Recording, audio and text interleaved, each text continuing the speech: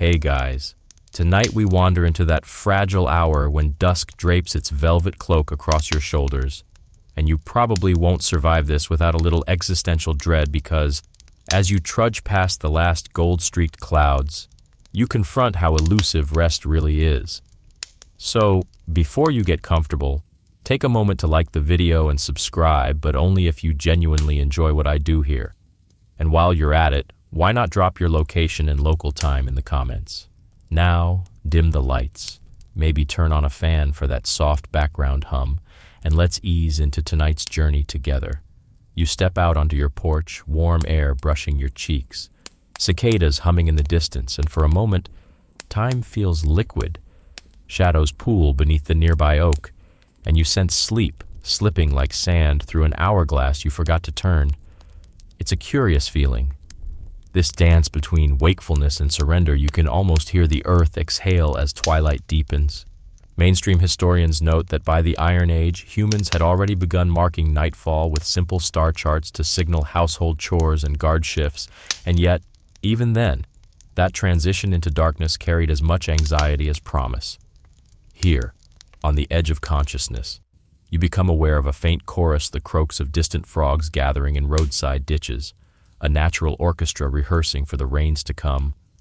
Fringe lore suggests some ancient tribes believed these amphibian arias were the spirits of ancestors tinkling chimes in the underworld, but modern skeptics roll their eyes at such melodrama. Historians still argue whether these eerie choruses simply reflect breeding cycles or serve as an early weather warning system, so feel free to pick a side when you're dozing off later. Your eyelids grow heavy, but your mind remains stubbornly alert. You may have heard that our Paleolithic forebears divided night into two sleeps, leaving an interval for moonlit storytelling around flickering hearths. Mainstream scholarship has solid archaeological backing for those hearth rituals, but right now, you're just trying to decide if counting sheep sounds less boring than listening to insect jazz. In truth, that primal fear of unknown dangers lurking just beyond your sight probably kept you half awake. Two ancient villages lit by steady flames of palms or olive oil weighed survival above comfort. 3 jokes to keep you on your toes first. If counting sheep worked, we'd all be Olympic shepherds by now. Second, your snooze button is the modern equivalent of an all-night torch. Cheers to technological progress. Third, if frogs ever learn to charge rent for their nightly concerts, I hope you've been taking notes for your lease negotiations. As darkness deepens, the frog songs swell, a gentle reminder that life continues its cycles, whether you're awake to witness it or not. You inhale the humid air, tasting hints of wild mint and damp earth, and let that sensory lull cradle your thoughts. Perhaps you imagine ancient farmers leaning on wooden staffs, squinting toward the horizon, interpreting the same chorus to predict life-giving rains. Or maybe you simply smile at the irony that those same frogs kept you up only to lull you closer to dreamland. The hush of the night settles in your bones, and though you feel that tug toward sleep, you hang on because the story's only just begun.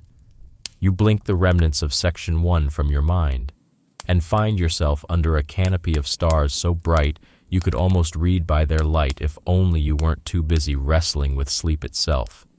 In those earliest nights, long before time zones or TikTok wind-downs, humans approached darkness like an uncharted frontier. Mainstream scholars have unearthed evidence that Paleolithic communities divided the night into 2 distinct first and second sleeps, often punctuated by a wakeful interlude of quiet activity around flickering hearths. You're now part of that same ancient rhythm, pacing between rest and alertness as though you hold the toggle switch for someone else's safety.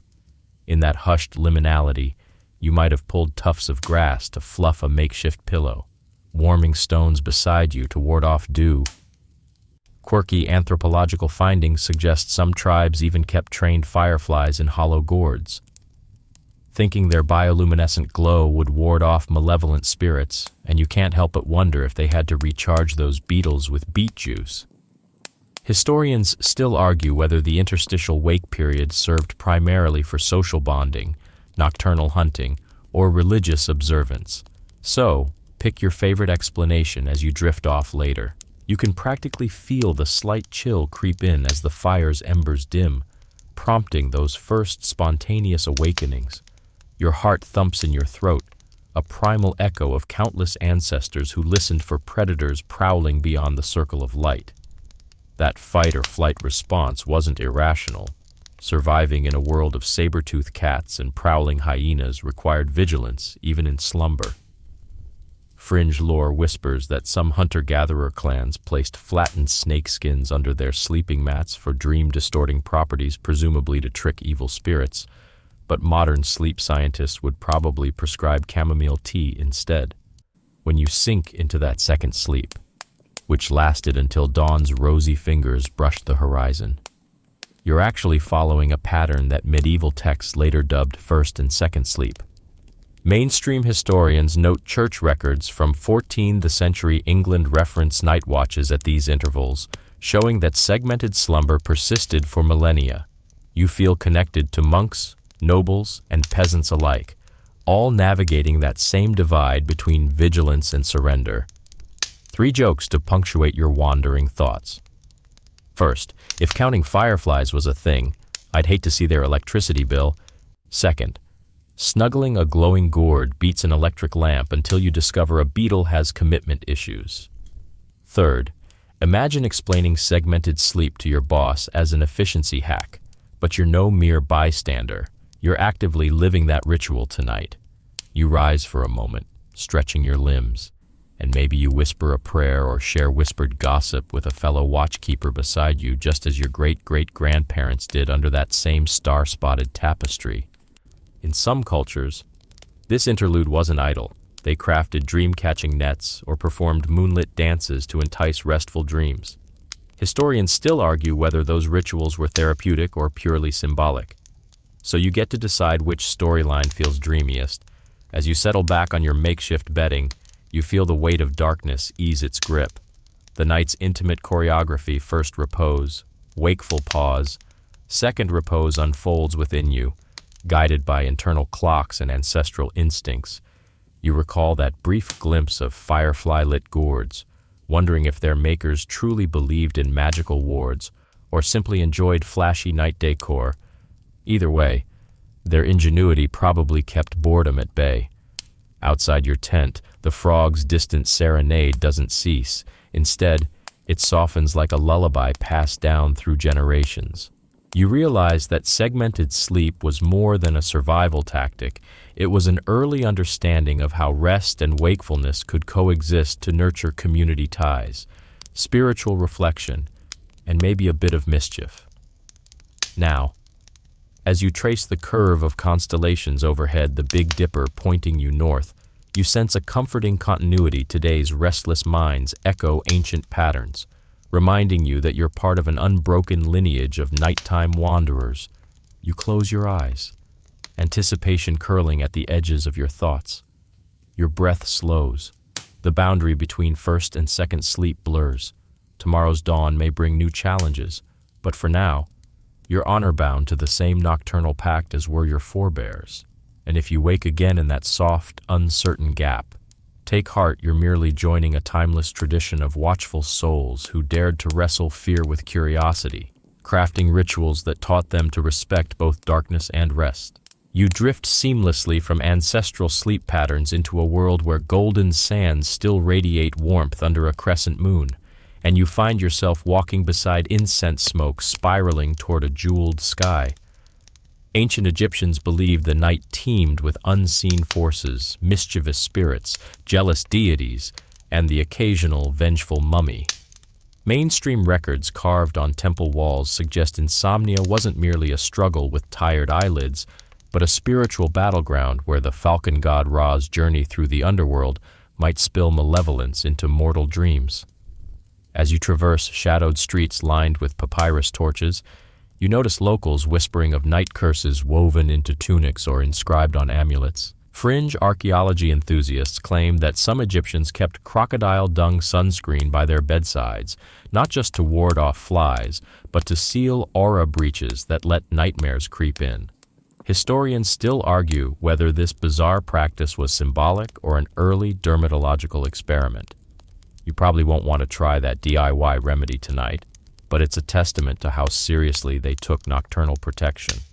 Above, the Great Pyramids stand mute sentinels under starlight.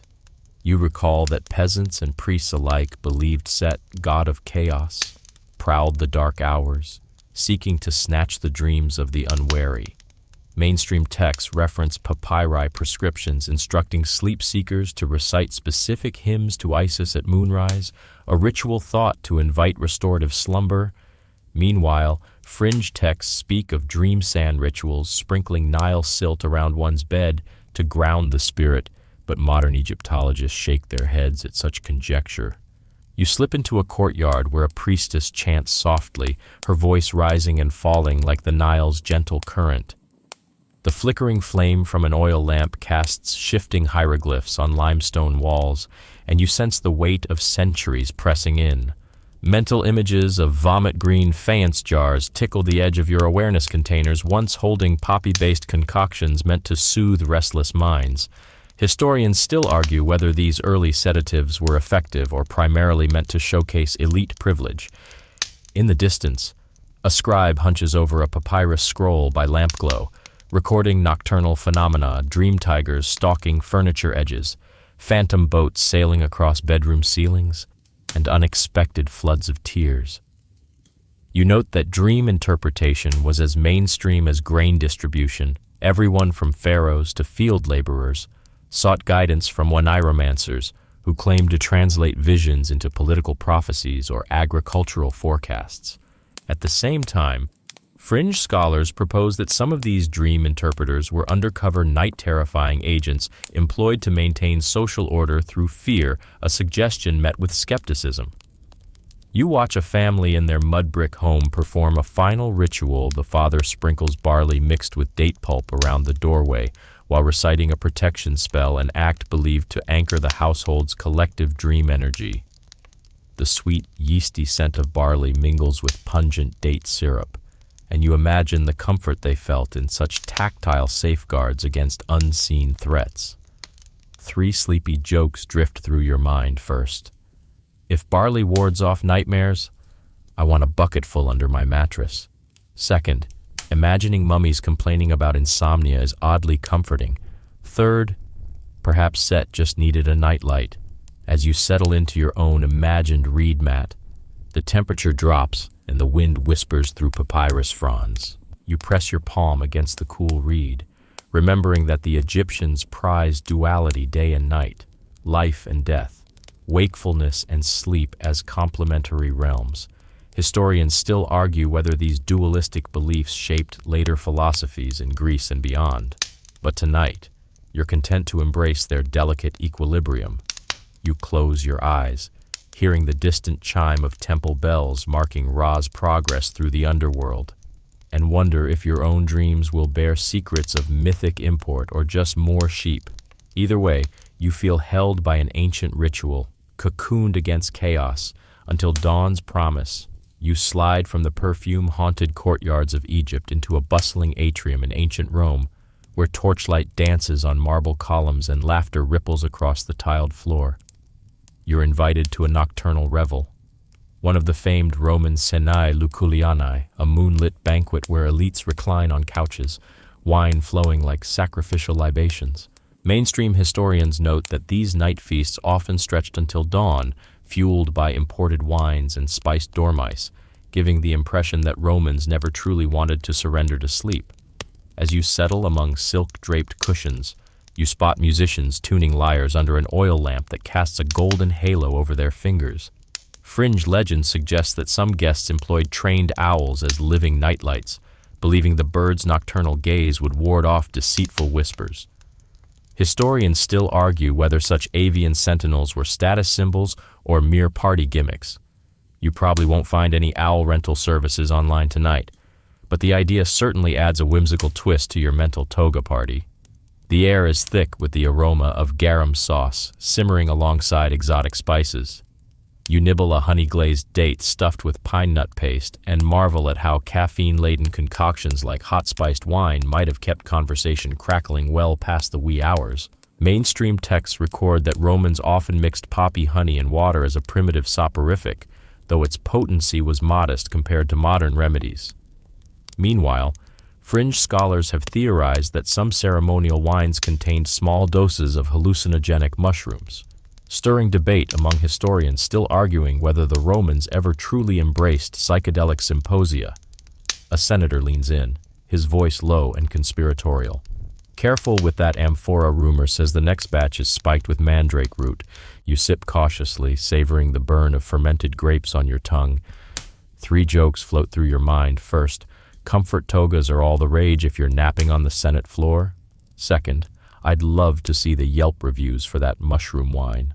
Third, perhaps ordering owls on Amazon would be simpler. You watch the host gesture dramatically toward a triclinium where 2 consuls recline, discussing heated philosophy.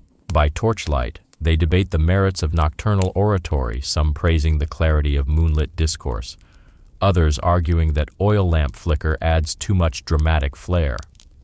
Mainstream writers like Seneca mention that private lectures sometimes occurred after sundown, giving students a chance to digest their daytime debates. Yet, fringe accounts whisper that secret midnight academies existed, where esoteric knowledge was shared only under a blue moon oath. Historians still argue whether such shadow schools were widespread or purely mythical. Suddenly, a troupe of mimes takes the floor, pantomiming the myth of Endymion's eternal sleep, his moon goddess lover visiting him nightly in dreams. You note the irony, a tale of divine rest unfolding amid this lively soiree. Fringe storytellers claim that some mimes used scented masks soaked in mandragora juice to heighten the illusion, though skeptics dismiss the claim as theatrical lore. Outside, the clamor of the city's taverns and bathhouses swirls into the banquet hall like a vibrato in the night. You imagine weary workers hurrying home to their insulae, eager to collapse into narrow beds after grueling shifts. Historians still argue whether urban noise pollution in Rome contributed to widespread insomnia among commoners, though mainstream archaeological digs have turned up earthenware mufflers, primitive earplugs made from softened clay. As the banquet winds down, gilded servants light fumigation braziers filled with juniper and myrtle, fumbling wisps of fragrant smoke through the corridors. You inhale the resinous scent and feel your muscles relax, even as the last guests take reluctant farewells beneath a moonlit archway. You recall that Emperor Augustus once issued an edict curbing nocturnal revels to preserve public order, a mainstream fact recorded in Tacitus's annals. Yet fringe rumor insists Augustus himself hosted secret after-hours bacchanals, a scandal long debated by historians still arguing the truth behind imperial hypocrisy. The flicker of torches fades as you step into the cool night air.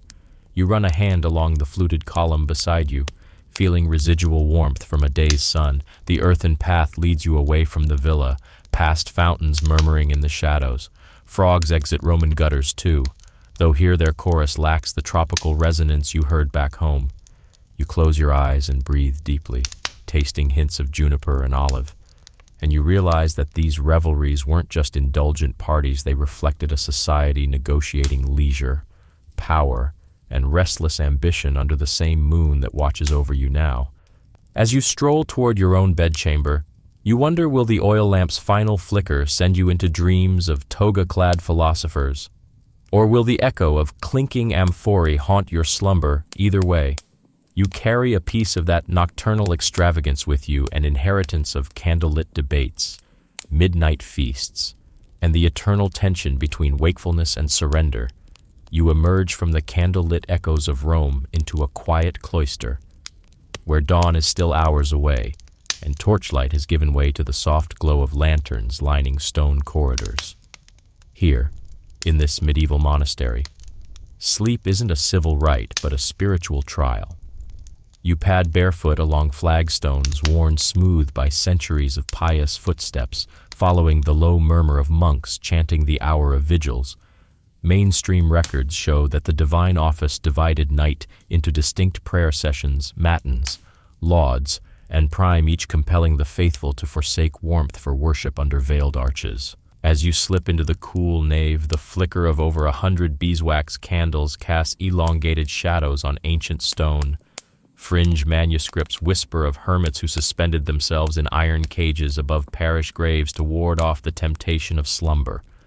Though modern scholars scoff at such morbid acrobatics, historians still argue whether these extreme ascetics represented marginal zealots or inspired mainstream reforms in monastic discipline, so feel free to decide which side of the scaffolding you'd occupy. The scent of incense drifts thick, and you settle into a wooden pew, drawing your cloak tighter against a draft seeping through mortar cracks. You realize monks often wore simple tunics with no undergarments, believing bodily discomfort sharpened their minds and curtailed drowsiness, an austere fact recorded in Benedictine statutes. Meanwhile, fringe rumor suggests that certain abbots sprinkled crushed snail shells in robes to scratch the skin, ensuring wakefulness. You probably won't replicate that DIY hack anytime soon. Your fellow worshippers intone psalms in Gregorian chant, their voices rising in unison like a rising tide. You almost feel the hum of divine presence, but then your stomach grumbles, reminding you that fasting until prime meant the body often betrayed the spirit. 3 sleepy jokes flit through your mind. First, who knew your belly could multitask as a snooze alarm? Second, if snail shell scratch therapy took off, dermatologists would have a field day. Third, I'm pretty sure your medieval monk avatar just rolled his eyes at you. You lean against a column carved with vines and angels, recalling that these stonework stories were meant to instruct illiterate peasants. Historians still argue whether these carvings served primarily as visual catechisms or as talismans to protect the sacred space. Nearby, a lantern-bearing novice tiptoes past, his breath visible in the chill air. Fringe lore has it some novices recited prayers backward during sleepless nights to confuse evil spirits. Orthodox scribes never documented the practice, leaving its existence tantalizingly uncertain. By the time Matins ends, you're acutely aware of every creak in the wooden pew and every hiccup in the chant. The abbot's deep baritone calls the next office, and you rise, knees creaking like ancient hinges, to join the procession. Hands clasped, you meander through subterranean corridors where crypts lie in shadow. Mainstream pilgrims often reported visions during these nocturnal devotions, apparitions of saints or celestial lights, reinforcing the belief that darkness brought one closer to the divine. Yet fringe accounts claim some visions were induced by inhaling vapors from sacred mushrooms hidden beneath altar stones. Historians still argue whether these botanic interventions were sanctioned or clandestine heresies. As you return to the dormitory before dawn's light, you glimpse wooden bed frames set shoulder to shoulder, each covered with coarse straw and a single blanket. Monks were permitted only a brief rest between prime and terce, just enough to close their eyes before flutes summoned them back to ritual. You recognize the familiar tug of exhaustion as you stretch out on the thin mattress, sensing an avalanche of tired muscles threatening to send you into oblivion. 3 final jokes cushion your descent into slumber. First, medieval monks invented the all-night vigil talk about dedication to your pillow talk. Second, if chanting Gregorian was a lullaby, I'd have been a monk centuries ago. Third, duct tape and snail shells might be the next big sleep health trend. In these last moments before your brief rest, you realize that medieval dedication to vigil wasn't mere fanaticism, but a profound expression of faith, an acknowledgement that darkness could illuminate the soul. Historians still argue whether this practice fostered spiritual insight or simply glorified collective insomnia. Either way, you're part of that grand experiment tonight, suspended between worship and sleep, learning that sometimes the most profound dreams come from moments spent awake in silent devotion. You slip away from the echoing chants and damp stone of the monastery into a sunlit parlor lined with teacups and porcelain pots, though you're about to learn that daylight's comfort makes you more aware of the creeping specter of sleepless nights. By the 17th century, the caffeine craze had swept across Europe, and you find yourself cradling a warm cup of tea in one hand and glanced letters in the other, Mainstream chroniclers credit the arrival of tea in England around 1660 with sparking fashionable tea-time rituals, and coffeehouses soon followed in London's narrow alleys, serving as hubs for scholars, merchants, and poets alike. In the corner, a group of professors huddles over steaming mugs, debating whether coffee's bitter kick sharpens the mind or merely stokes anxiety under the guise of intellectual vigor. Historians still argue whether coffee houses truly launched the Enlightenment by fueling rapid-fire discussion, but you can't deny the allure of caffeine's midnight promise. Meanwhile, fringe anecdotes claim that avant-garde poets once injected themselves with concentrated coffee tinctures, believing the jitters would birth divine inspiration, though modern doctors would likely counsel a less traumatic creativity method. You inhale the swirling aroma of roasted beans, tasting nutty undertones and wondering if cows in distant alpine meadows somehow bless each bean with extra potency. 3 sleepy jokes drift through your thoughts. First, if coffee grounds were currency, you'd be a millionaire by now. Second, imagine the Yelp reviews of those early coffee houses, great buzz, but the tables jitter like they've got ants. Third, if poets really needed injections, I'd stick to a latte. Across the room, a delicate china teapot etched with cherry blossoms steams beside teacups of matcha-like green brew. You recall that Japanese monks had been sipping powdered tea since the 12th century to maintain wakefulness during meditation.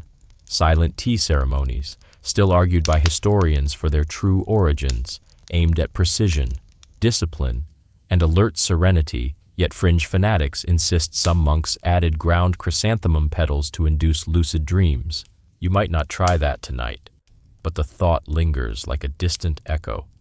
Peering out the window, you spot a scribe meticulously inscribing letters by gaslight, not oil, but early experiments in lamp design that promised brighter, steadier glow. Mainstream inventors credit Jan van der Heyden around 1680 with improving lamp reflectors, reducing flicker-induced eye strain and letting readers burn the midnight oil with fewer headaches. But fringe tinkerers whispered about clandestine mercury vapor prototypes, long before their time acclaimed skeptics dismiss as fanciful speculation. Historians still argue whether such prototypes actually existed or simply thrived in workshop gossip. It's dusk again, and you watch city lights flicker on candle shops lining the boulevard, tea merchants closing stalls, scholars gathering for evening debates. The boundary between night and day feels less rigid than ever, as the caffeine-fueled crowd stretches their waking hours like elastic. You wonder if those lively discussions ever lulled participants into the wee hours, their ideas scrawled hastily on napkins next to empty cups. Fringe reports even tell of nocturnal coffee duels, where scholars challenged each other to caffeinated debates lasting until sunrise. Historians still argue whether these spectacles were real publicity stunts or allegorical tales. 3 final jokes warm your late evening thoughts. First, an extra shot of espresso is like inviting a tiny thunderstorm into your veins. Second, if matcha monks were into lucid dreams, I hope they dreamt of decaf. Third, caffeine, humanity's oldest insomnia hack, as you set your cup down and feel the caffeine's warmth swirl through your veins. You acknowledge that this brew-driven era forever altered your relationship with sleep. What began as simple comfort teas evolved into a continental obsession that blurred the lines between productivity and exhaustion. You lean back, musings racing, and realize that whether you see coffee houses as enlightenment incubators or sleepless dens, their legacy remains entwined with every yawning scholar and every midnight oil lamp still glowing in your memory. You step away from the genteel glow of teacups and emerge into a smoky dawn as factory whistles pierce the air, jolting you awake before the sun even thinks of peeking over the horizon. The Industrial Revolution transformed sleep into a commodity mainstream economic records chart that by the early 19th century, British textile mills ran on constant 3-shift rotations, forcing workers into irregular rest patterns and shortening average nightly slumber to under 6 hours. Your lungs fill with coal-dusted air as you navigate a tangle of iron girders and steam pipes throbbing like mechanical hearts. Fringe lore claims some foremen placed jars of crushed moths into workers' quarters to encourage wakeful alertness through hallucinogenic hallways, though modern occupational historians shrug, debating whether this was real pest control overreach or just lurid rumor. Historians still argue whether the rigors of factory life simply reflected economic necessity or constituted an early form of systemic sleep deprivation. You catch sight of gas lamps strung along cobblestone streets, their flicker drowned out by the roar of clanking looms. Mainstream inventors like Frederick Windsor patented safer coal gas lighting in London by 1812, reducing household fire hazards and extending working hours after dusk. Yet fringe technicians whispered of back-alley experiments with luminous acetylene concoctions that glowed like eerie will-o'-the-wisps claims skeptics dismiss as workshop gossip. 3 groggy jokes drift through your mind. First, if you wanted all-night thrills, you'd visit a mill, not a haunted house. Second, I'd pay good money to see mosquitoes jamming in a coal mine. Third, factory whistles the original root alarm clocks. Inside the mill, you weave between towering machines, their pistons pumping as relentlessly as your heart when you've had too much coffee. Engineers kept meticulous logs. Mainstream data shows industrial workers averaged only 4 hours of consolidated sleep by mid-century, leading to chronic fatigue and alarming accident rates.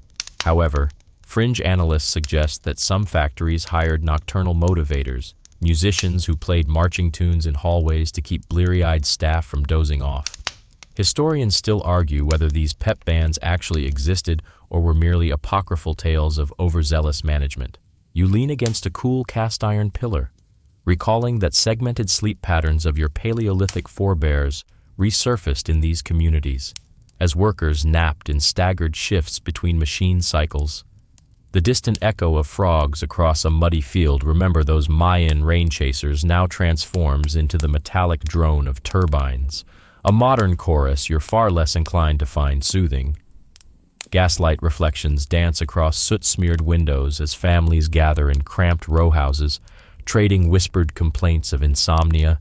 Fringe social commentators wrote about district dream farmers, individuals paid to recline in darkened rooms and practice lucid dream incubation for exhausted neighbors, a practice hotly debated and scarcely documented. Historians still argue whether these professional dreamers alleviated communal fatigue or simply capitalized on widespread desperation. Night bleeds into early morning as you trudge home, the sky paling to ash gray. You recall the subtle comfort of tea rooms and candlelit chants, luxuries now eclipsed by the thrum of progress. 3 final jokes cushion your weary stride. First, if factory bands really existed, I'd love to hear their greatest hits of 1830. Second, moth-infused jars might be the only DIY project I'd skip. Third, remember when a steam whistle was the pinnacle of ambiance? As you collapse onto a narrow cot in your tiny flat above the tannery, the residual hum of machinery vibrates through the walls. You draw your threadbare blanket up to your chin, letting the day's grime and noise settle in your bones. Though exhaustion tugs fiercely at your consciousness, you recognize this sleep, fitful, fleeting, and shaped by iron and fire, marks a pivotal shift in humanity's relationship with rest. Whether progress or punishment, the industrial era rewrote the rules of night, and as you slip into broken dreams, you're tethered to its relentless pulse. You blink awake in the glow of a blue-tinged rectangle, the familiar ping of an incoming notification nudging you from the ragged edge of sleep. In this digital era, screens have become our modern oil lamps, illuminating ideas while stealthily fracturing our circadian rhythms. Mainstream sleep studies show that exposure to blue light from smartphones and tablets suppresses melatonin production, making it harder to drift into the restorative second sleep your Paleolithic forebears enjoyed. You rub your eyes and swipe through a seemingly endless feed. Fringe wellness gurus claim that the flicker of quantum pixel resonance in OLED screens disrupts your soul's dream frequency, though scientists still argue whether any mystical energies exist beyond good old-fashioned photoreceptors. You probably won't find an app to recalibrate your soul tonight, But you can't help noticing how that theory echoes ancient beliefs in dream sand rituals and crocodile dung aura seals. Notifications cascade a news alert, a group chat GIF, a weather update reminding you that rain may or may not arrive by dawn. You recall the Mayan farmers who tuned into frog choruses in lieu of radar, and you wonder if our ancestors would scoff at your digital orchestra or marvel at its convenience. Historians still argue whether technological progress truly liberates us or simply invents fresh shackles of dependency.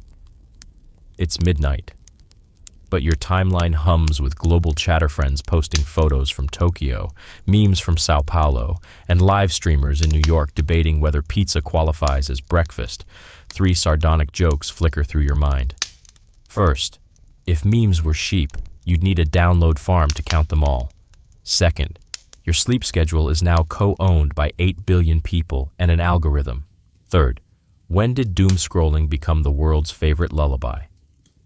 You recall earlier evenings when you chased frogs in across Mayan fields and lit beeswax candles in Roman villas tonight. You chased dopamine hits via swipe and tap. Mainstream tech analysts report that the average adult spends over 3 hours daily on screens, with 40% of that time in the 2 hours before bed.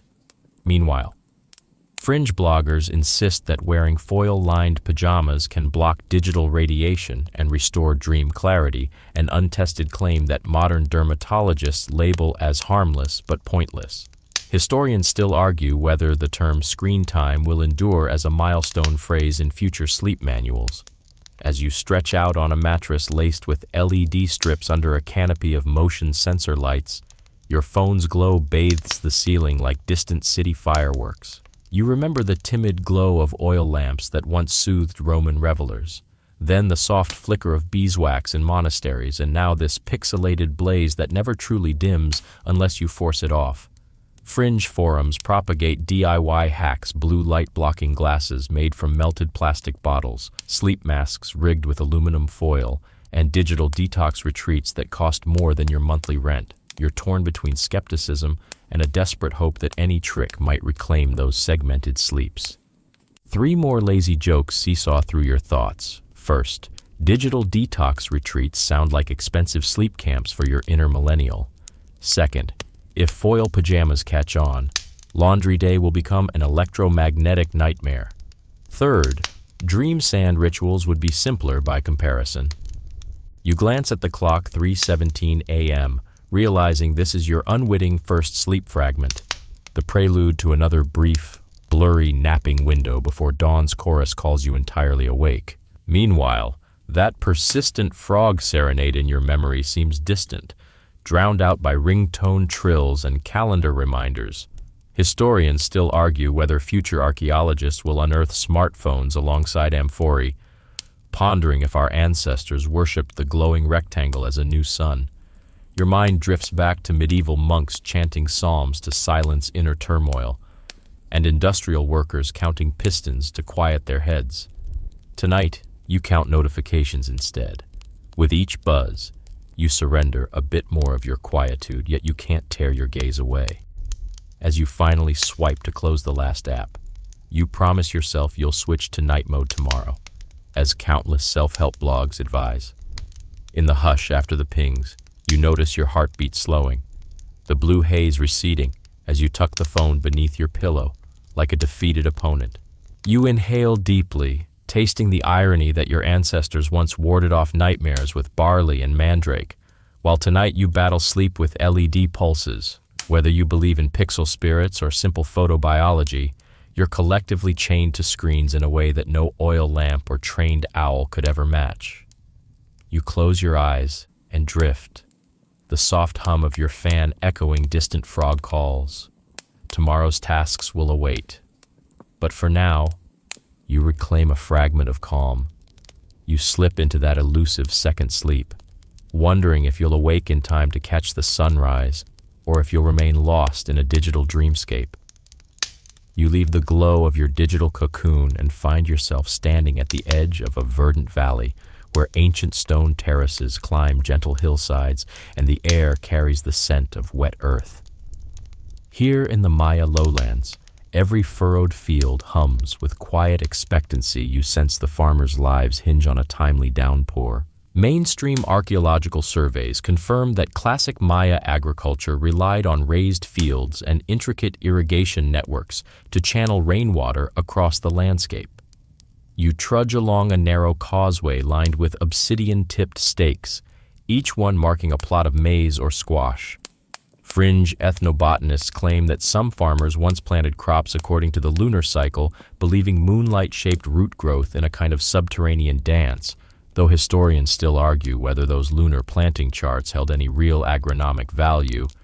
You probably won't be sowing seeds by moon phase tonight, but it's a charming notion that ties nature's rhythms to human toil. Above you, the canopy stirs bright green motmots preen on mossy branches as the first clouds gather at the horizon. You recall that the Maya called this season Wayeb, a transitional nameless days period when the cosmos seemed untethered and misfortune loomed larger than usual. Mainstream Mayan codices reference Wayeb as 5 unlucky days before the new Hab year, a time when farmers both feared drought and prayed for storms. Meanwhile, fringe storytellers suggest that some villagers performed human-shaped clay effigies of frogs and let them bake in the sun as rain lures, a practice historians still argue was purely symbolic or secretly thought to coax real amphibians to breed. 3 earthy jokes ripple through your mind. First, if baked clay frogs summoned rain, I'm booking my oven for next summer. Second, dancing under Wayeb skies sounds like the least fun festival ever. Third, imagine scheduling your wedding around unlucky days. Wedding crashers would be the least of your worries. You navigate past stelae carved with glyphs, snarling rain gods with gaping mouths lined in jade inlays.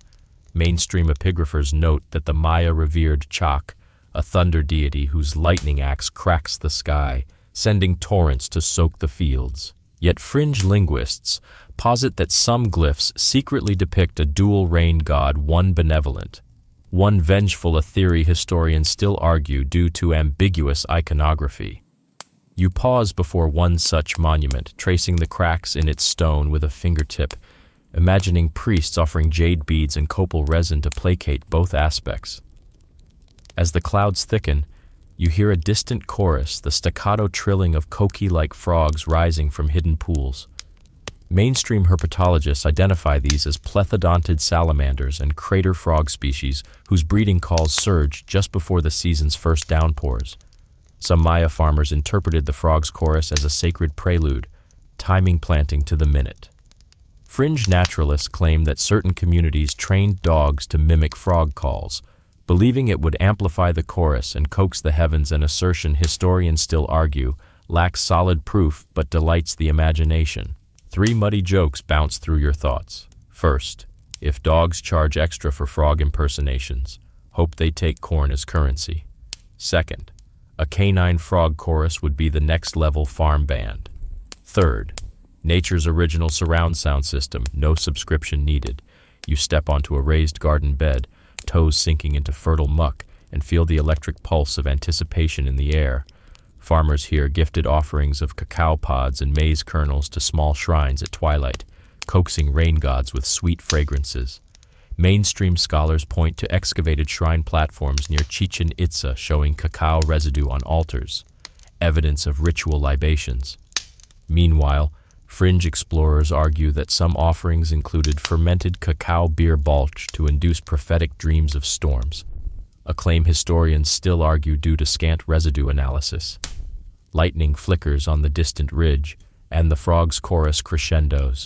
You hunker beside a shrine, pressing your hand to a basin of rainwater collected in carved limestone. The surface ripples with each insect's landing. Fringe mythographers whisper that certain elders believed stone basins held the soul of the gods, so watching the ripples was akin to divining future harvests. Yet mainstream experts remain divided on that interpretation. You chuckle at the thought that you're temporarily an amateur weather diviner, hooded cloak flapping in a breeze that smells of ozone and promise. 3 final damp jokes seep into your consciousness. First, if ripple gazing was a sport, I'd pay to see the World Championships. Second, divining harvest prospects beats predicting cryptocurrency. Third, when life gives you lemons, check the frog's playlist first. As the first fat raindrops patter on broad leaves above you, you lift your face to the sky, tasting the petrichor tangling with sweat. You recall how your phone's nighttime mode once felt advanced, now archaic next to this primordial display. Historians still argue whether Maya hydrological engineering or their ritual knowledge saved them during multi-year droughts. But tonight you witness both faith and ingenuity intertwine. You rise, drenched but exhilarated, and begin making your way back along the muddy causeway. Each footstep echoes ancient rhythms of sacrifice, hope, and the farmer's eternal pact with the sky. As you trudge forward, you realize this dance with nature shaped not only crops but entire civilizations, teaching you that true prediction wasn't in algorithms or apps, but in listening to the smallest voices in the dark. You press onward through the sodden earth, the rains having momentarily paused like a breath caught in the clouds, and you find yourself drawn back to the frog's giddy concerto, nature's original weather app, chirping in surround sound. You sink onto a mossy log beside a shallow pool, inhaling the heady scent of damp lichen and muddy blossoms. Mainstream herpetologists note that in many tropical regions, species like the rain frog Eleutherодactylus spp ramp up their mating calls just before storms, their timbal muscles vibrating in synchrony with approaching low-pressure systems. Tonight, you become part of that ritual chorus, though you're probably the only biped among thousands of squat amphibians singing in ecstatic anticipation. Fringe anecdotal reports claim that some Maya shamans carried specially trained rain frogs in reed baskets to markets, where their songs supposedly fetched higher prices than plain frogs. Historians still argue whether such commerce ever existed or was simply an embellishment to underscore the frog's cultural significance. You can't help picturing a marketplace stall hawking trilling frogs alongside woven baskets, complete with a scoreboard recording each frog's decibel level. A sudden breeze ripples the pool's surface, and the frogs respond in a synchronized crescendo that makes the sort of orchestra you only hear in epic nature documentaries, minus the narration from a British-accented narrator urging you to stay tuned for the next segment. 3 curious jokes bubble up. First, if frogs had a Billboard chart, I'd be last week's top 10. Second, Beatles opening for frogs seems like a tough gig. Third, if you tip a frog, does it thank you or just croak appreciatively? You lean close to the water's edge, splashing a finger to prompt startled ripples, imagining that early listeners did the same, testing the frog's fervor to gauge storm intensity. Mainstream ethnographers record that Maya farmers sometimes took these calls as precise as a barometer, scheduling planting and harvest ceremonies down to the hour based on frog chorus peaks. Yet fringe scholars posit that in certain villages, elders claimed the frogs sang in distinct rhythms to forecast hail versus gentle rain, a claim historians still argue given the lack of acoustic recordings from that era. The frogs' voices shift as tiny raindrops begin to pepper the canopy, an affirmation of their predictive prowess. You feel the air tighten, that electric hum preceding a cloudburst, and you realize this isn't mere folklore, but a finely tuned partnership between species. In your mind, you recall that the Maya also kept weather monitors in raised observation huts, where they charted cloud shapes against written glyphs. Mainstream research confirms that these sky towers, found at Karakol and Tikal, serve both astronomical and meteorological purposes. Fringe theories suggest that some remote frog camps existed secret gatherings where the chorus was intensively studied by select priesthoods, a kind of amphibian science cabal, though historians still argue whether such institutions were as organized as rumor implies. You grin at the mental image of toad-eyed scribes furiously jotting down ribbit patterns on bark scrolls by torchlight. 3 thoughtful jokes drift through your soaking thoughts. First, I'd pay to see a frog lecture on cloud stratification. Second, ribbit notation must be the ultimate sheet music challenge. Third, if frogs could hold chalk, they'd probably run meteorology departments by now. As the rainfall swells into a steady patter, You notice the frog's chorus tapering off, settling into intermittent trills that mirror the droplets' rhythm on the pool's surface. This call and response loop feels almost conversational, as though you're eavesdropping on a living conversation between earth and sky. Mainstream climatologists today study bioacoustic signals to complement weather models, and some trials in Brazil and Costa Rica use frog calls as organic early warning networks. Historians still argue how directly those modern efforts echo ancient practices, but you sense a profound resonance across millennia. The pool's water rises, splashing against the log where you sit, and you wipe muddy droplets from your cheek. Fringe environmentalists claim that ongoing amphibian declines threaten not just ecosystems, but also the subtle weather-calibrating symphonies that have guided farmers for ages, though some skeptics contend that technology will simply replace lost frog intelligence. You ponder whether your next phone update might include a frog mode for weather alerts, part homage, part marketing gimmick. 3 final nature-lit jokes bubble as thunder rumbles in the distance. First, if frogs get a seat at the climate summit, I hope they request lily pad tables. Second, imagine an amphibian TED Talk titled Rain a Frog's Perspective. Third, the next update to your weather app should just say, frogs say, rain, trust us. As the rain intensifies, you rise and shake off your cloak, feeling cleansed and invigorated. Each puddle reflects the canopy's green mosaic, and the frog's chorus fades into gentle croaks as the storm settles into a steady downpour. You take comfort in knowing that the same instincts guiding these tiny musicians once fed entire populations, ensuring no seed went unplanted and no grain went ungathered. You turn back toward the causeway, letting the frog's final arpeggios echo in your mind. The rain's drumming on broad leaves feels like nature's own ASMR, inviting you deeper into the night's mysteries. As you trudge home through soaked fields, you carry with you the frog's ancient wisdom sometimes. The smallest voices offer the clearest guidance, and in their songs lie the promise of renewal. You trudge onward through dripping palms and ferns, letting each soaked footstep remind you that time here is measured not by clocks, but by the rhythms of earth and sky. As the rain eases into mist, you recall that Maya farmers carried small, pocket-sized codices, folded bark paper books no larger than a modern smartphone, into the fields to track planting dates. Mainstream epigraphers confirm that these codices encoded the 365-day Hob calendar alongside the 260-day Tzolk'in cycle, creating a synchronized ritual calendar known as the calendar round that repeated every 52 years. You ease a water-smoothed codex from your satchel, fingers brushing faded glyphs in hues of jade and crimson. One page shows a frog with its mouth agape beneath a cloud symbol, an icon signaling the full moon period when plethodontid salamanders and crater frogs began their mating calls. Fringe codicology enthusiasts suggest that some farmers actually annotated the codex margins with live frog skin decals, tiny patches pressed into the bark to activate the rain forecasting glyph. But historians still argue whether these organic inserts were widespread practice or simply a symbolic flourish.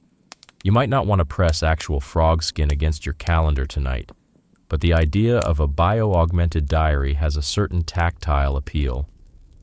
Flipping another folio, you find a chart of cloud shapes, wispy tendrils shaped like maize cobs, swirling vortices, and, of course, frog silhouettes. Mainstream studies of Maya iconography link these cloud glyph variants to specific rainfall intensities, used by scribes in stone-carved stelae at agricultural centers like Copan and Uxmal. Yet fringe scholars propose that miniature ceramic frog whistles were embedded within some codices so farmers could literally blow on the glyph to summon memory of the correct planting window, an idea still under debate. As historians argue whether any of those whistles have survived the centuries, you chuckle at the image of trading frog trombone tips in an ancient marketplace. 3 muddy jokes surface. First, if ceramic whistles got soggy, I hope they made iPhone versions. Second, imagine updating your calendar by blowing on it, no touchscreens needed. Third, frog-activated planting sounds like the original smart device hack. You trace a sequence of numbered days alongside the frog glyph, 26 dark spots interspersed with 4 green markings. This wasn't random decoration, but a coded reminder when the frog's chorus peaked on the 13th day of the bright month. They'd plant fast-maturing squash. On the 26th, they'd sow maize kernels deeper for longer roots. Mainstream agronomy research now recognizes that these staggered planting dates minimized crop failure risk by spreading germination across unpredictable early-season rains. Historians still argue whether such precision was born from systematic observation or ritual necessity, but you sense both played a role. The codex feels warm in your hand, as though still infused with the sun's memory. Fringe folklore claims that some scribes wrote directly with frog ink, a dye extracted from crushed frogs that glowed faintly in moonlight, though skeptics question whether any chemical analysis has ever confirmed its existence. You ponder if that luminous ink might make a fine night reading tool today. But then remember, your phone's flashlight app exists for a reason. 3 lighthearted jokes leap in first. If frog ink glowed under moonlight, bedtime reading would be a breeze, just don't blink. Second, scribes with frog ink must have had amphibian finger paints as a hazard. Third, glow-in-the-dark ink beats blue light screens any day. As you close the codex, you recall that each farmer's booklet was personalized glyphs, hand-painted to reflect local frog species, cloud patterns, and microclimates. Mainstream ethnographers note that such regional codices likely varied subtly from village to village, forming a patchwork of rainfall tracking traditions across the lowlands. Meanwhile, fringe conspiracy theorists whisper of a grand frog codex hidden in petrolite caves, supposedly containing prophecy for a cataclysmic flood, a claim historians still argue lacks any credible evidence. You shrug off the notion, but can't deny the thrill of secret scrolls waiting to be unearthed. 3 soothing jokes light your mind first. Underground frog prophecy hideouts sound like a cool weekend excursion, bring a headlamp. Second, I bet those caves have amazing echo acoustics for amphibian concerts. Third, frog symposia in secret caverns, definitely my next party theme. You tuck the codex back into your pack, the leather cover now patched in places with woven palm fiber straps. Ahead, a simple wooden post bears a painted calendar disc, an outdoor almanac where a tethered frog statue once marked current dates by holding different glyph panels in its mouth. Mainstream analyses of archaeologically recovered posts at sites like Mayan show that these outdoor calendars served communal announcements for market days and ritual ceremonies. Fringe legends speculate some posts included rattling beads that chimed whenever the real frog inside hopped, a feature considered by historians still arguing whether any audible calendar existed. 3 final roosterless jokes peek out first. A chime-ringing calendar frog would make a great doorbell. Second, imagine programmable frog alarms for your morning jog. Third, if you engineer a calendar statue robot, please invite me to the launch party. You stand and gaze at the empty post, imagining its colorful panels flapping in a breeze. The sunrise's pale light diffuses through lingering clouds, hinting that it's almost time to plant according to frog-tuned timing. Rain will return in mere hours. You feel the elegant precision of Maya calendrics and amphibian intuition converge within you, a partnership of observation, faith, and tiny voices guiding monumental decisions. With the codex secured, you step back onto the muddy path, each splash echoing lessons of cycles past. The frog's whispers in your memory and the glyphs at your fingertips remind you that calendars aren't just numbers, they're living compendiums of shared experience, carrying the wisdom of countless dawns and downpours. And as you trudge forward, you realize that by weaving frog songs into pocket calendars, the Maya gifted generations a way to dance in harmony with the world's most ancient rhythms. You follow the trail of slick stone steps up to a cliffside temple, where wind chimes made of carved jade cling together in the breeze like rainforest constellations. At dusk, this sacred site transforms into a stage for communal rain rituals, and you're front and center, cloaked damp with last night's downpour. Flickering torchlight illuminates a circular plaza, where farmers gather in concentric rings around a central altar carved with intertwined frog and cloud motifs. Mainstream researchers document that these congregations often coincided with the first tremors of seasonal storms. Villagers anchored offerings of maize stalks, cacao pods, and freshly caught fish at the altar's base, believing each gift honored Chak and coaxed the skies to open. Meanwhile, fringe ethnographers describe a practice called frog call dueling, where two selected singers faced off atop the altar, mimicking frog trills in increasingly complex patterns, a contest said to reveal which clan would receive the heaviest rains. Historians still argue whether this dueling tradition was widespread or confined to a few ceremonial centers. As the ritual begins, a high priestess steps forward, raising a censer of copal resin whose smoke spirals upward like ghostly serpents. You inhale the resin's piney tang and feel a warmth spread through your chest. In one fluid motion, she pours water from a polished bowl onto a carved stone frog's head, letting the liquid pool in its gaping mouth before trickling down in rivulets. Fringe lore claims that if the water level reaches precisely the frog's chin, the rain would arrive within 3 nights, though mainline scholars debate whether such measurements ever held predictive power or merely reinforced communal hope. 3 light jokes drift through your senses. First, if frog faucets were real, I'd install one at home, no plumber needed. Second, imagine your bathroom sink giving weather forecasts. Third, this temple's water feature beats any mall fountain I've seen. A hush falls as the priestess unsheathes a slender reed flute and begins a slow, mournful melody mimicking the low croaks of bullfrogs. Farmers close their eyes, swaying in unison, toes sinking into the soft earth. You sense that this trance-like state binds every participant into a single organism, pulsing with shared anticipation. Mainstream anthropologists note that collective rituals like this strengthen social cohesion and distribute agricultural risk across kin groups. Yet fringe commentators argue that some shamans incorporated subtle hallucinogens, ground seeds of morning glory into the copal smoke to deepen the communal trance, a claim historians still argue given the paucity of chemical residue evidence. With each breath, you feel the night's energy thrum in your veins. You recall that in nearby villages, women once crafted clay rattles shaped like tadpoles and rattled them over offerings, believing the rhythmic clatter would prompt the frogs to begin their chorus below. Mainstream ceramic studies confirm the discovery of thousands of such rattles at ritual sites, but fringe theorists maintain some were actually toy instruments for children.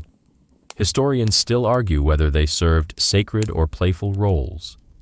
The priestess lifts her flute in a final, high-pitched trill. At that moment, a distant thunderclap echoes across the valley, and you gasp as torch flames flicker in synchrony. Farmers clutch each other's hands, eyes widening, as a fresh breeze carries the scent of impending rain. 3 final jokes surge. First, nature's sound effects department nailed that thunder cue. Second, if they ever filmed this, the director wouldn't need CGI. Third, the frog call duel champion probably got a standing ovation from the clouds. Suddenly, the first raindrops patter on broad leaves above the plaza, tapping a staccato rhythm that blends with the echo of frog song still rising from below. You lift your face to the sky, letting the cool droplets trace down your cheeks. In this sacred amphitheater, faith and nature converge. Your own heartbeat aligns with every drop, every croak, every whispered prayer. The ritual has done its work, not necessarily by altering weather patterns, but by reaffirming that a community united in hope can withstand uncertain skies. As the rain intensifies, the crowd disperses in joyful procession lamps bobbing like fireflies, chants fading into laughter.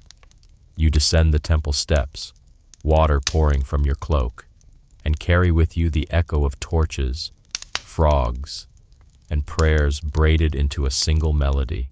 With each sodden step, you understand that these rituals weren't mere performances, but vital acts of collective resilience, weaving you into an ancient tapestry where the smallest tremor of frog throat could set the heavens in motion. You emerge from the mist of ritual smoke and rain-soaked chants into a modern research station perched on a hill overlooking the same fields that once thrummed with ancient ceremonies. Here, Scientists in field jackets peer into recorders and spectrographs, blending empirical rigor with ancestral lore. Mainstream climatologists now deploy bioacoustic sensors to capture frog choruses, analyzing frequency shifts to predict precipitation patterns with surprising accuracy. You step toward a tent where recordings loop through headphones, the undulating trills of plethodontid salamanders mapped against barometric data on digital displays. Fringe critics argue that such high-tech setups strip the practice of its spiritual essence, reducing sacred rhythms to mere decibels, but historians still argue whether modernization enriches or erodes traditional wisdom. You adjust a dial, feeling the purr of technology humming in tandem with primal calls. Nearby, a researcher shows you graphs correlating chorus intensity with rainfall volume, boasting predictive success rates above 80% in controlled trials. 3 tech-tweak jokes surface first. If frogs were startups, they'd be unicorns in the rain forecasting niche. Second, frog AI has a nice ring to it. Third, I wonder if Bezos is eyeing amphibian acoustics next. You recall that some Maya astronomers built sky towers to chart Venus's cycle, and tonight you watch scientists calibrate automated recorders to the lunar calendar.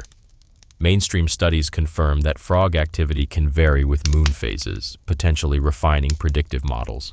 Yet fringe enthusiasts claim that certain remote villages still interpret the phases of croak by eye, insisting no sensor can match a seasoned elder's intuition, a point historians still argue given the blend of quantifiable data and qualitative lore.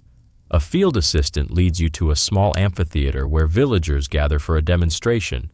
Children cluster at the front, eyes wide, as the sensor playback crackles through speakers. Farmers nod along, recognizing the familiar cadence that once guided their ancestors. Mainstream ethnographers applaud such community-engaged science as a bridge between past and present. Meanwhile, fringe purists grumble that formal presentations lack the ceremony's visceral power. Historians still argue how best to honor both empirical findings and ancestral rites. The demonstration ends with a local elder stepping forward to croak a single loud trill into a microphone, the sound echoing across the night air. You feel a surge of connection as his voice intertwines with centuries of frog song tradition. 3 respectful jokes drift first. Hope the mic stands up to that baritone croak. Second, next year's model needs a frogged setting. Third, maybe we can teach AI to do the warm-up licks. As the night deepens, you trace your fingers along the sensor housing, pondering how data and devotion collide in this unlikely partnership. You remember that the Maya wove frog calls into pocket calendars, and now you're watching amphibian rhythms digitized into predictive algorithms. Historians still argue whether these high-tech methods honor the spirit of the practice or repurpose it for profit and prestige. But in this moment, you sense an elegant continuum from reed baskets to spectral graphs, from painted glyphs to code repositories. You exhale, eyes adjusting to the soft glow of laptop screens and lanterns swaying in the breeze. In the distance, frogs continue their symphony, unaware their voices have become data points and cultural treasures. You step back, heart warmed by the synergy of science and tradition, and prepare to return to the fields. Tomorrow's forecast reads heavy rain probable. But tonight you rest assured that technology and Toad collaborate for the greater good. You leave the research station's gentle hum behind and return to the fields at dawn's first light, where weary farmers emerge from flimsy shelters with heavy eyes and aching limbs. Centuries of segmented sleep now collide with modern pressures. Mainstream labor studies report that rural workers today often average fewer than 5 hours of sleep per night, juggling dawn-to-dusk chores with smartphone alerts and shifting weather patterns. You watch a farmer, shoulders stooped, meticulously planting seedlings as pale morning sun glints off her tired pupils. Fringe reports claim that some laborers chew coca leaves at daybreak to stave off fatigue, a practice historians still argue was strictly ritual or everyday subsistence. You wonder whether such stimulants are survival tools or slippery slopes toward dependency. 3 empathetic jokes surface. First, if yawns were currency, these fields would be gold mines. Second, I'd pay good money for a nap pod that plants seeds automatically. Third, modern exhaustion, the real fertilizer for farm yields. Across the plot, a group pauses to check weather app screens glowing bright against the soft earth tones of the landscape. Mainstream agronomists note that digital forecasts only reduce yield risk marginally compared to traditional cues like frog choruses, raising questions about tech's true value. Yet fringe commentators argue that sub-village microclimates remain impossible to capture without community insight, a point historians still argue when assessing tech adoption in rural societies. You notice etched lines of dark circles under their eyes, testaments to nights spent monitoring storm sensors and group chats. The frog's ancient symphony once stirred hope. Now, endless notifications blur night into day, creating a timeless fatigue that seeps into soil and soul. You recall that medieval monks endured vigil to draw nearer to the divine, but these farmers endure wakefulness to scrape a living from stubborn earth. 3 somber jokes drift first. I'd trade all my Baroque chants for one uninterrupted slumber. Second, dream sand rituals sound divine compared to these group chat insomnia hacks. Third, perhaps the next marketable app will be NapShare, rent out your nap time for cash. You pause beside a drying basin where seeds rest in clay trays, under a porch tiled with solar panels. A young apprentice tastes a kernel, then rubs her eyes, pressing fingertips into her temples. Mainstream agricultural policy papers link chronic sleep deprivation to reduced soil stewardship, as tired workers overlook irrigation checks and pest outbreaks. Meanwhile, fringe sustainability advocates propose sleep sabbaticals during lean seasons, suggesting such breaks honor both human and ecological needs, a concept historians still argue for viability and tradition versus modern labor demands. You step toward a communal hut where evenings bring group meetings, smartphones in hand, sharing market prices and rain alerts. The hut's LED strip lights flick on at sunset screens blazing as villagers scroll through commodity charts. 3 reflective jokes surface first. LED lamps sure beat oil, they're just as blinding at midnight. Second, imagine a farming app with built-in snooze mode. Third, trading coffee for coconuts. I'll take the coconuts. A senior farmer glances at your face, offering muted smile. We used to listen to frogs, she murmurs, voice heavy with nostalgia. You feel her longing for nights unmarred by alerts and anxiety. Mainstream interviews echo her sentiment. Many rural communities report diminished cultural cohesion when ancestral practices yield to digital dependencies. Yet fringe activists argue for hybrid models integrating tech and tradition in balanced rhythms, a suggestion historians still argue when charting sustainable futures. 3 hopeful jokes bloom first. Maybe one day we'll invent a toad-activated smartphone ringtone.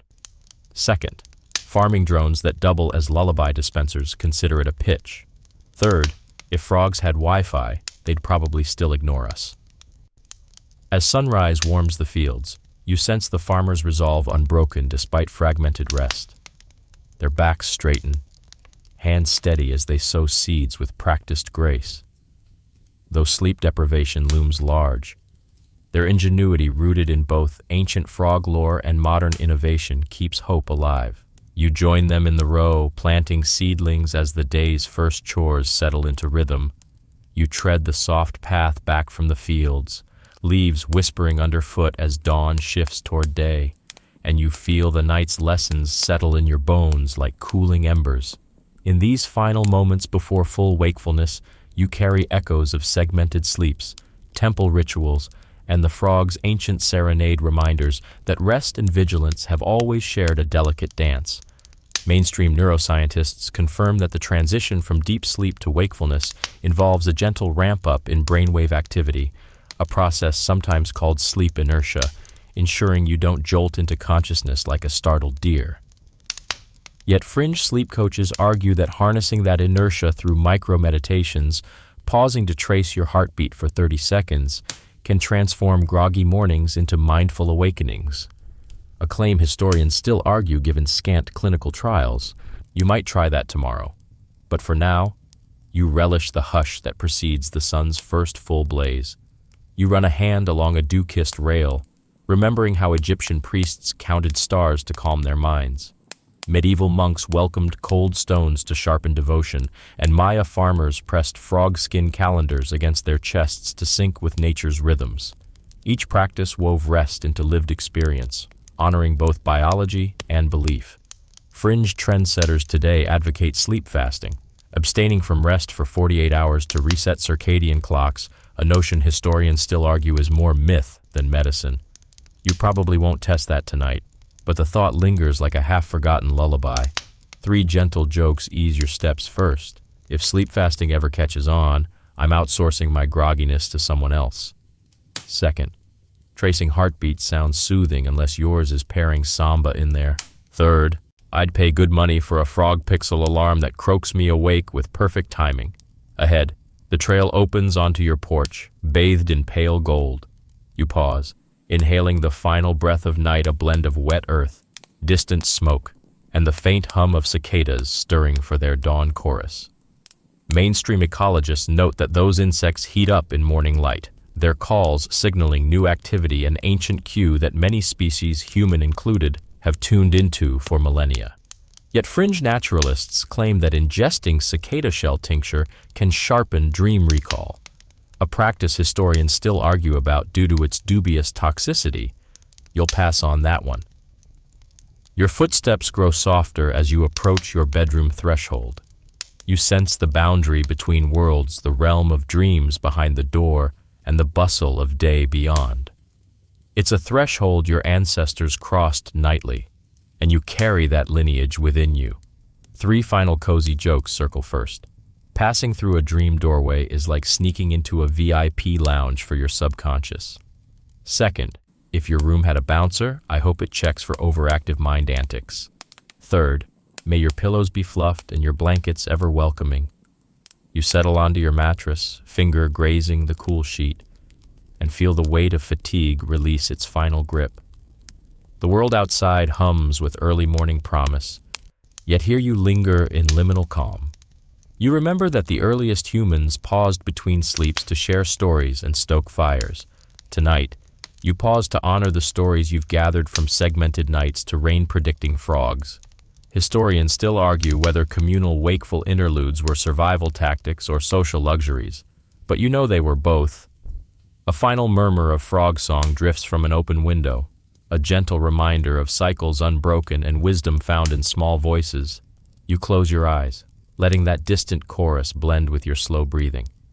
Whether you drift immediately into dreams or rest in silent vigil, you're cradled by the accumulated rituals of thousands of nights across cultures.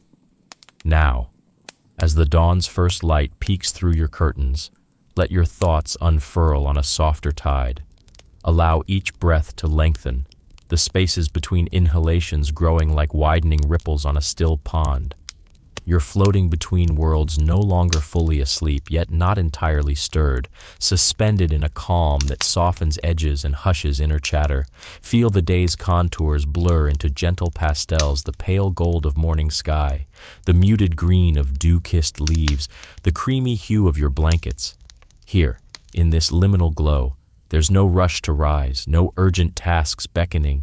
Instead, you're invited to linger, to honor the threshold where dreams and waking meet. Your body carries the night's stories in every fiber, the tension of segmented sleeps, the relief of communal chants, the exhilaration of rain's first kiss.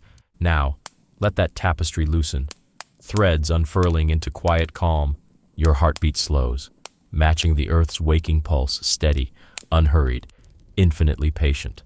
In these last moments, whisper a soft farewell to the world of wonder that guided you through history's night, the priests of Ra, Roman revelers, ascetic monks, caffeine-fueled scholars, steam-driven workers, screen-bound insomniacs, Maya farmers, and rain-chanting frogs.